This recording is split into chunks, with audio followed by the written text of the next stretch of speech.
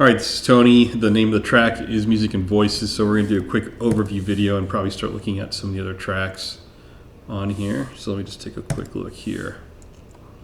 So I'm going to show you how everything's kind of mapped out. You can see we've got a lot of tracks, and it's slow because OBS is running at the same time. And you get a much more powerful Mac. So we got our vocals here, and these are feeding different buses.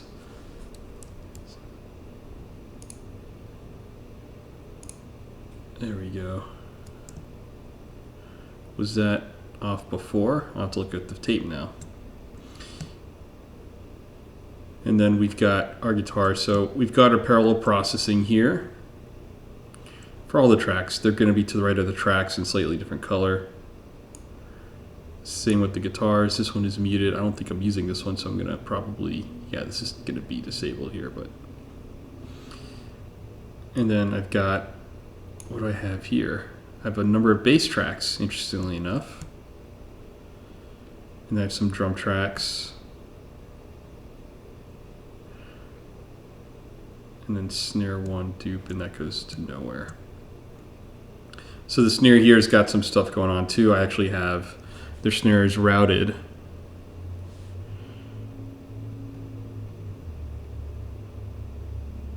Snare one, snare two, and then these are duplicates of this snare, and they don't go anywhere. These are essentially going to this here for reverb. Drum reverb 1, drum reverb 2, sorry. Those are at the end. So as you can see, I've got kicks.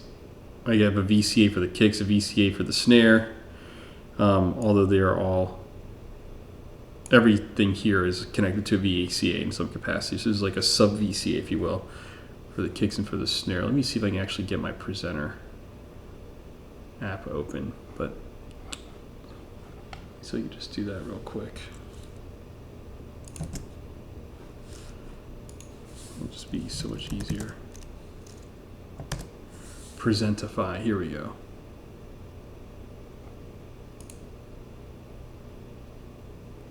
Highlight cursor.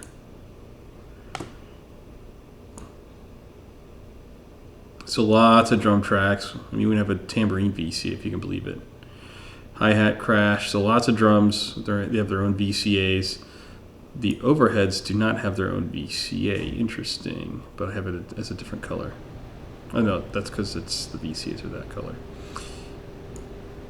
Everything's feeding a bus master. This tells me a couple things here, but mainly this is just to see what's going on before it hits this. I should probably just consolidate everything here. The thing is that I like trying out different things, and I eventually run out of slots for inserts. So if I go back up here, as you can see, I've experimented with a number of things before I select a few. Don't be fooled, there's not a ton of processing on this. It's very subtle. This is actually doing a lot of the heavy lifting. I'll go into that here in a moment. And then we see here we have our effects buses. So we have a spring reverb for the vocals. It's lagging, so I'm not going to go through all of it. This is reverb 1. This is a kind of a plate reverb. No, chamber reverb, I apologize. And then we have another reverb here. Then we have our delays. We've got a 2-tap slap delay and then a slightly longer delay.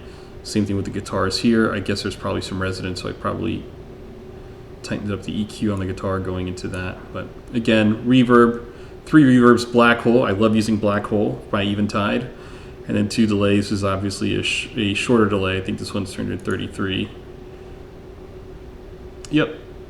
And the other one's a little bit longer, probably 423 or something. Same thing with the drums. We've got 2 delays and then a reverb. I got that backwards. 2 reverbs and a delay. Don't worry about any of this other stuff here. All right, so we're going to create another video here. I'm just going to talk about what's happening with the vocals.